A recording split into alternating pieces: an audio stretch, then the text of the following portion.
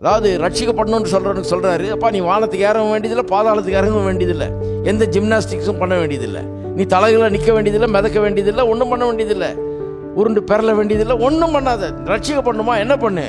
வார்த்தை உன் வாயிலும் உன்னுடைய இருதயத்திலும் உனக்கு சமீபமாய் இருக்கிறதே, கிட்ட இருக்குதுன்றார்.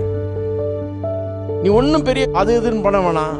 ரட்சிக்கப்படணும் தானே, சுகம் தானே அடையணும், வெற்றி தானே உண்டாகணும், சூழ்நிலை தானே மாறணும். இந்த வார்த்தை உனக்கு சமீபமாய் உன் வாயிலும் உன் இருதயத்திலும் இருக்கு. இந்த வார்த்தை வாயிலும் இருதயத்திலும் இருக்கிறது எவ்வளோ முக்கியன்றதை இன்னைக்கு கொஞ்சம் சில இலஸ்ட்ரேஷன்ஸ் காமிக்கிறேன். திருப்பம் ஆதியாகமம் 17ஆம் அதிகாரம்.